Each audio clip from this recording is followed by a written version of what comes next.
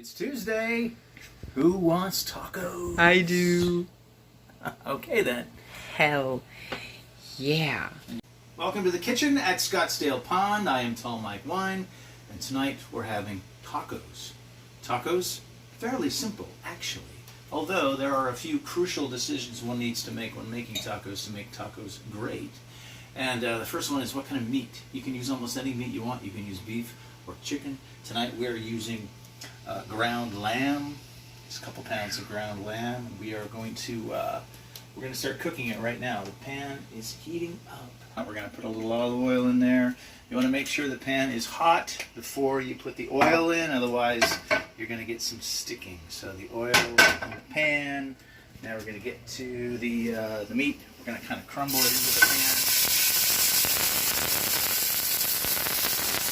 And the thing that's really important here is high heat. We want to really cook the meat on a high temperature to start. So two things happen. You get browning, which is caramelization, which gives you lots and lots of flavor. And also, we want to get all the fat out of the lamb early on in the process. Because we're going to render the fat, drain the fat about halfway through the cooking time, and then we're going to add our array of spices and finish cooking the taco meat that way. Of course. All right, a few minutes have elapsed here. You can see it's been cooking. There's a lot of fat coming out.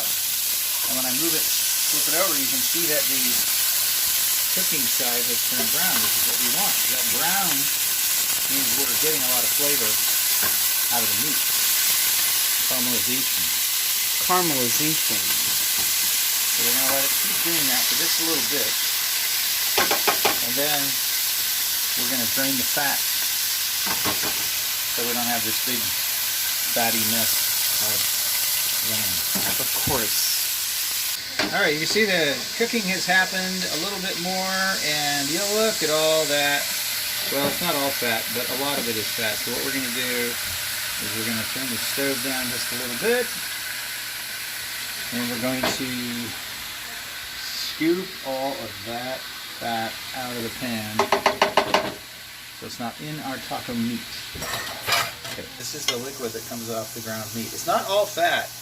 There's a lot of water in there too, but we're trying to, not make our taco meat too fatty. Water is essential. Water, or something liquid. You can actually use a little chicken stock if you want to. Ooh. This will give us. That way, we're not really watering down the flavor. And what I'm doing now is trying to chop up the larger bits, because what we want for taco meat is, crumbly meat that has a little bit of sauce on it. And this is going to work out really well. Just like that. Oh, did I put salt in? I don't think I think so. We're going to salt. That's important. Salting is important because salt brings out all the flavors. Beautiful. Yes. Okay, so the taco meat is basically done. I'm going to give it another couple minutes on the stove just to make sure it's fully cooked. And then we're going to set it aside, and we're going to cook our tortilla shells. Tortilla shells. Tortilla shell cooking. Yes. Can I take this? Set that aside. Can I have this? So you can have it if you want. Thank you. But, I like those avocados. aren't they nice? Yeah. It's craftsmanship. So this is important. I did all of this in advance of cooking.